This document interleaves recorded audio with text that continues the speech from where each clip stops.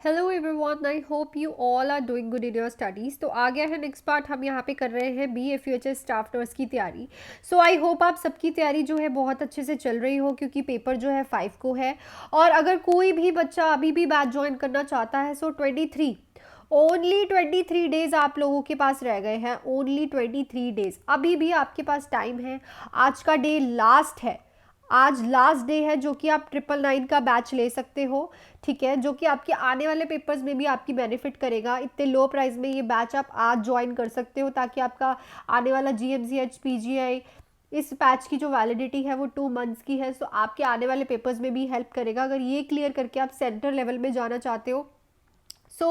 ये बैच जो है 999 वाला, जिसमें आपको इंपॉर्टेंट टॉपिक करा रही हूँ मैं, MCQ क्लासेस करवा रही हूँ, टेस्ट सीरीज प्रोवाइड कर रही हूँ रेगुलर, और आपके लिए डाउट क्लासेस जो है वो रेगुलर रखती हूँ। MCQ टॉपिक वाइज कराती हूँ और इंपॉर्टेंट टॉपिक जो है वो अच्छे से आपके प्रॉपरली डिस्कस करते हैं।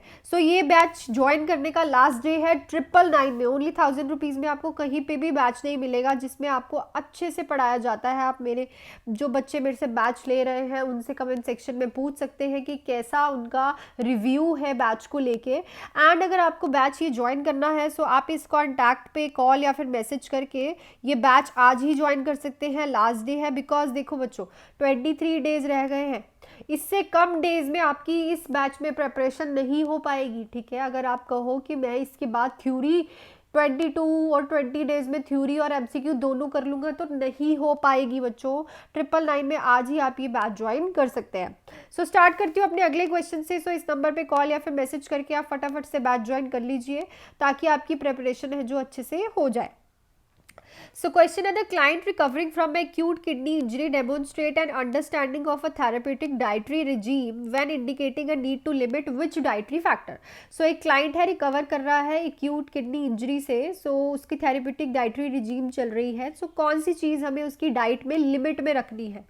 Fat, vitamin, potassium, carbohydrate. Obviously हम कभी भी पेशेंट को पोटाशियम जो है वो नहीं देते, इसको लिमिट में देते हैं, बल्कि तो रिस्ट्रिक्ट ही करते हैं। बिकॉज जो किडनी है वो प्रॉपरली इस टाइम वर्क नहीं कर रही, तो बॉडी से जो पोटाशियम का एक्स्ट्रा लेवल है वो निकलता नहीं है। पोटाशियम ऑलरेडी बॉडी में हाई होता है, जिसकी वजह से जो है पोटाशियम जो हमें रिस्ट्रिक्ट करना पड़ता है। Next, the client who had a laryngectomy for laryngeal cancer has started oral intake. The nurse determines that the first stage of dietary advancement has been tolerated when the client ingests which type of diet without aspirating or choking. एक client है, लेरेंजेक्टमी मतलब उसके लैरिंग्स को remove किया है, because उसको लैरिंग्स cancer था, और उसकी ओरल इंटेक जो है अब स्टार्ट किया है। ऐसा कौन सा फर्स्ट स्टेप है जो कि वो एडवांस करेगी जब वो किसी को डाइट देने जा रही है ऐसे पेशेंट को, ताकि वो टॉलरेट कर ले और इंजस्ट कर ले, उसको एस्पिरेशन ना हो और चॉकिंग ना हो? तो वो क्या देगी उसको? ब्लैंड डाइट देगी, फुल लिक्विड्स देगी, क्लियर लिक्विड्स देगी, सेमी सॉलिड फूड्स देगी।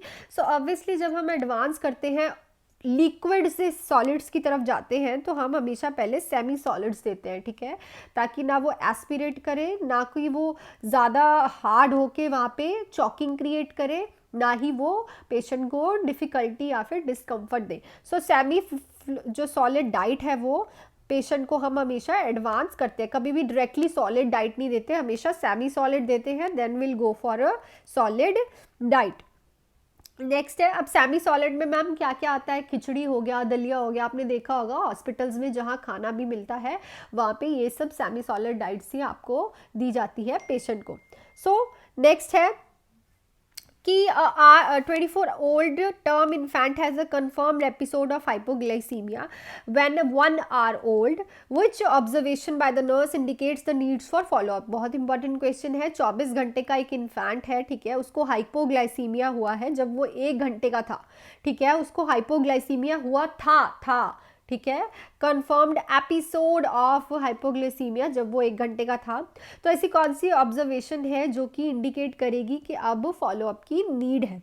Weight loss of 4 ounce and dry piling skin, blood sugar level 40 mg per deciliter before the last feeding, breastfeeding for 20 minutes or more with strong sucking, high pitched cry, drinking 10 to 15 ml of formula per feeding. So high pitched cry होती है patient की, और वो बहुत ही कम feeding करता है, ठीक है, सिर्फ 10 से 15 ml ही वो फीड कर पाता है, उससे ज़्यादा फीड नहीं कर पाता। और हाई पिच्ड क्राई होती है जब उससे हाइपोग्लाइसीमिया के चांसेस होते हैं। Next, the home care nurse visits a child with a diagnosis of celiac disease, which finding indicates that gluten-free diet is being maintained and has been effective. So एक nurse है, child को visit करती है, celiac disease है उसको, जिसमें क्या होता है, ग्लूटन इंटॉलरेंस। तो ऐसा कौन सा बेस्ट इंडिकेशन है जिससे पता चलेगा कि ये पेशेंट अब प्रॉपर डाइट ले रहा है, इसको अब ग्लूटन फ्री डाइट इफेक्टिव रह रही है।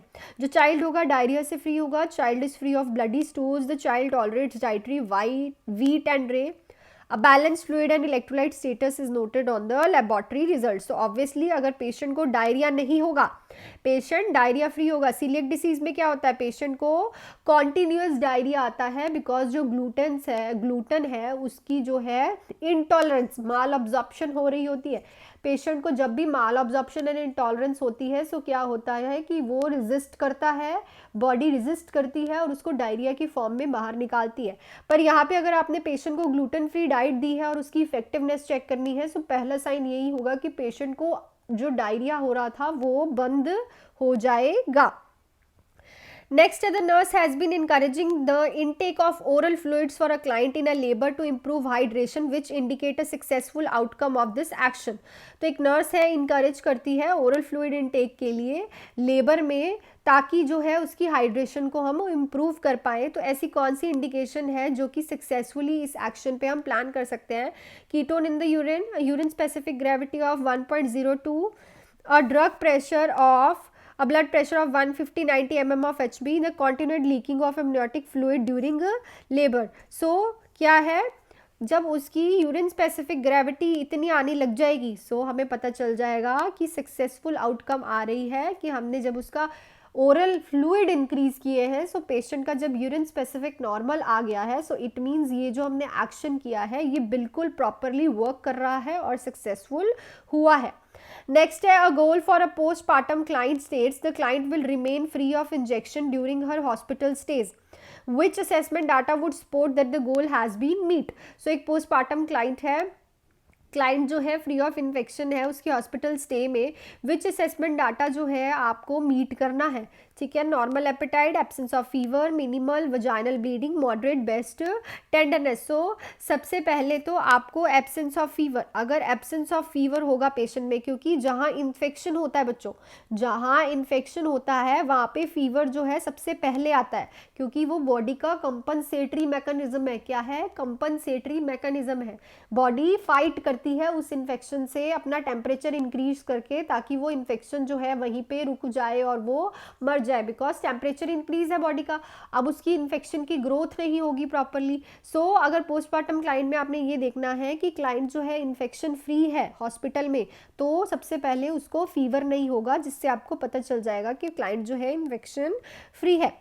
Next, the nurse is monitoring the nutritional status of the client who is receiving internal nutrition. What should the nurse monitor as a best clinical indicator of the client's nutrition status? So एक nurse monitor कर रही है nutritional status, client जो है internal nutrition receive कर रहा है। So ऐसा कौन सा best indicator होगा कि client का nutritional status monitor करने के लिए regularly?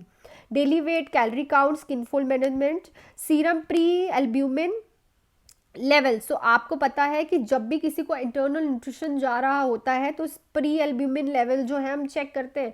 इससे हमें पता चलता है कि बॉडी में प्रोटीन कितना सफिशिएंट है और पेशेंट कितना ग्रो कर रहा है, उसका जो वेट लॉस है, जो उसका न्यूट्रिशनल स्टेटस है, वो कितना अच्छे से चल रहा है। So this is the fourth option is a right option. So एक बच्चे मुझे बोल रहे हैं कि मैम प्लीज़ टाइम इंक्रीज़ कर दो। देखो बच्चों, मैं रेगुलर वीडियो लेके आती हूँ एक तो आप लोगों के लिए, चाहे जितने भी क्वेश्चन कराऊँ, पर ये होता है कि वो क्वेश्चन बहुत ज़्यादा इंपॉर्टेंट होते हैं। दूसरा, मुझे बैचेस भी अपने साथ की साथ उन बच्चों की रिस्पॉन्सिबिलिटी है मेरे पे, उनको बहुत ही अच्छे से पढ़ाना पड़ता है। थर्ड, मुझे ये वीडियो अपलोड करनी है आप लोगों के लिए, ताकि आपको भी कुछ ना कुछ मैं सिखाती रहूं। सो जितना मेरे से हो पाता है आई विल ट्राई, मैं उतना ज़्यादा आपके लिए करती हूँ कि मैं कम से कम 6 से 7 क्वेश्चन तो ऐसे करा दूँ जो 100% श्योरिटी मुझे देते हैं कि इससे आपको कुछ ना कुछ सीखने को मिलेगा। सो वीडियो तो मैं रोज़ ही लेके आती हूँ, पर अगर आपको है कि मुझे इंपॉर्टेंट टॉपिक्स अच्छे से करना है तो आप बैच ज्वाइन कर सकते हैं, जिससे आपको और इजीली प्रिपरेशन हो सकती है। So this is all about this video. I hope कि वीडियो अच्छी लगी हो, और अगर किसी बच्चे को वीडियोस अच्छी लग रही हैं तो मैंने पहले भी ऐसी वीडियोस मेरे बच्चों करवा रखी हैं। ये कम से कम 91st पार्ट है ये इस वीडियो का, 91st। तो आप पिछली वीडियोस जाके देखो, उसमें बहुत क्वेश्चन है। 649 से आज शुरू किया है, मतलब 648 क्वेश्चन हमारे हो चुके हैं। तो वो वीडियोस भी आप विजिट कर लो ताकि आपको सारे क्वेश्चंस पता चल जाए। दूसरा, अगर आपको अभी बैच ज्वाइन करना है, आज लास्ट डे है बैच ज्वाइन करने का, तो ये रहा आपके पास नंबर। इस पे आप कॉल या फिर मैसेज करके क्या कर सकते हो, बैच आज ही ज्वाइन कर सकते हो। 999 में 2 मंथ्स की वैलिडिटी है इसकी। MCQ, important topic, test series सब है इसमें। सो इस नंबर पे कॉल या फिर मैसेज करके आज ही ज्वाइन करिए, ताकि 23 दिन में आपका जो पेपर है वो क्लियर होने में पॉसिबिलिटीज़ आ जाए। दूसरा, कि अगर आप ये चाहते हो कि मैं आज भी रुक जाती हूँ यार, थोड़े दिनों बाद करती हूँ, तो it's a huge loss of your, तो कोई फ़ायदा नहीं है आपका पेपर देने का। सो अगर वीडियो अच्छी लगी है तो please hit the like button, subscribe to my channel, और कल मिलते हैं 3 बजे फिर से। बाय बच्चों, and do hard work. All the best.